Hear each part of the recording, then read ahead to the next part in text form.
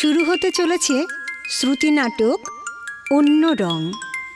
নাট্যকার ও নির্দেশক স্বর্ণালী মণ্ডল। কি রে, এসব কি উঠোনে জড়ো করে রেখে দিয়েছিস? মা, আসলে কাল তো ন্যাড়া পোড়া, তাই জন্য কাঠপাতা সব জোগাড় করছি। হ্যাঁ, তাই বলে উঠোনে বস্তায় বস্তা করে সব কি? অনেক কিছু আছে, তুমি ওসব বুঝবে না।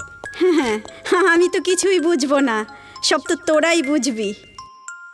বুঝেছিস না, আমি মায়ের চোখ এড়িয়ে ম্যানেজ করে কিছু আলু, চাল, ডাল বস্তায় ভরে রেখে দিয়েছি। কেন রে, ওসব দিয়ে কি হবে? এই কাউকে দিবি নাকি? আরে না না, কাকে দেব? তুইও দেখছি দিন দিন টিউবলাইট হয়ে যাচ্ছিস। নন্টু, তোকে যা বলেছিলাম সব ম্যানেজ করেছিস তো? সে তো সব ম্যানেজ করে রেখেছি, তবে একটু চাপে আছি, বুঝলি তো। মা অলরেডি একবার খবর নিয়েছে, তবে মাকে কায়দা করে বস্তাটার দিকে এগোতে দিইনি। যদি একবার মা বস্তাটা হাত দেয় তাহলেই সব কেলেঙ্কারি হয়ে যাবে। আরে ওই জিনিসটা ম্যানেজ করেছিস তো, যেটার জন্য কবে থেকে অপেক্ষা করে আছি? কোন জিনিসটা বলতো? আরে ওই জিনিসটা ভুলে গেলি এত তাড়াতাড়ি?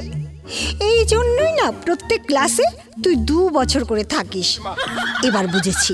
হ্যাঁ রে, সত্যি একদম মনে পড়ছে না। আরে স দিয়ে শুরু, যে জিনিসটা শরবতের সাথে খাওয়ার কথা হয়েছিল। এবার বুঝতে পেরেছিস? ও হ্যাঁ হ্যাঁ, ওটা তো অনেক আগেই রেখে দিয়েছি। ব্যাস, তাহলে কালকে দিয়ে আমাদের পার্টি শুরু। এই শোন, কালকে কিন্তু আমি বাড়ি ফিরবো না। বাড়িতে বলে দিয়েছি তোদের বাড়িতে নিমন্ত্রণ। সারাদিন পুজো নিয়ে ব্যস্ত থাকবো। আচ্ছা, দেখ তো, আমাকে আগের বছরের মতোই ছোট লাগছে নাকি এখন একটু বড় লাগছে? 1 বছর আগে তুই যেমন ছিলিস তার থেকে তো এখন একটু বড়ই লাগছে। তা খুব বেশি তো চেঞ্জ লাগছে না? না না, তুই শিগগিরই একটা ব্যবস্থা কর যাতে আমাকে হ্যান্ডসাম কৃষ্ণ দেখতে লাগে। আরে গোপাল, কি করে করি বলতো? ছোটকে বড় করব কিভাবে? আরে কত রকম তো মেকআপ বেরিয়ে গেছে, দেখিস না? মেকআপে ছেলে মেয়ে হয়ে যায়, মেয়ে ছেলে হয়ে যায়, বড় ছোট হয়ে যায়, ছোট বড় হয়ে যায়। তুই না এখনো মডার্ন হতে পারলি না। দেখ, মর্তে ছেলে মেয়েগুলোকে দেখ, দেখে শেখ ওরা কত মডার্ন। এই তো সেদিন দেখলাম টিভিতে একজন বুড়ো দাদু অভিনয় করতে গিয়ে কি অবস্থা তার, পাকা গোপ খুলে পড়ে যাচ্ছে। তোকে বড় কৃষ্ণ সাজাতে গিয়ে যদি এই রকম কিছু ঘটনা হয় তখন মরতে তোর ইমেজ থাকবে তো? আরে তোর এই মাথায় কিছুই নেই। ভালো করে ভাব, কিভাবে মেকআপ করলে আমাকে অ্যাডাল্ট কৃষ্ণ মনে হবে, সেইভাবেই মেকআপ করে দিবি। আমার এখন টাইম নেই, তাড়াতাড়ি খেয়ে ঘুমোতে হবে। কালকে সকাল থেকে আমাকে নিয়ে রং মাখানো শুরু হবে। দেখ তো আয়নাতে এখন তোকে অ্যাডাল্ট কৃষ্ণ লাগছে কিনা। হ্যাঁ, মোটামুটি এবারের মতো কাজ চলে যাবে। যাই, এবার তাড়াতাড়ি মরতে চলে যাই। আমার আবার প্রচুর অ্যাপয়েন্টমেন্ট আছে, এখন থেকে শুরু না করলে সবাইকে টাইম দিতে পারবো না। সাবধানে যাস, আর কিছু ইন্টারেস্টিং মিষ্টি আমাদের জন্য নিয়ে আসিস। এই, তোরা যা করার তাড়াতাড়ি কর, আমাকে আজকে অনেকগুলো জায়গায় যেতে হবে। হে কৃষ্ণ, তোমাকে আজকে আবিরে আবিরে ভরিয়ে দেব। আর দেখো, তোমার জন্যে এই সব মিষ্টি এনেছি, পছন্দ তো? আরে আমি এখনো গোপালই আছি, এবছরে একটু মেকআপ দিয়ে এসেছি। দেখতে পাচ্ছি তোরা কেউ এখনো বুঝিসনি। তাহলে সুদামা আমার মেকআপটা ভালোই করেছে। আরে বেশি রং মাখাস না, আর কতবার স্নান করব বলতো? কোথায় ভালো মিষ্টি এনেছিস? সব মিষ্টি তো আগেই 1 প্যাকেট করে বাড়িতে সরিয়ে রেখেছিস। কি ভেবেছিস আমি দেখিনি?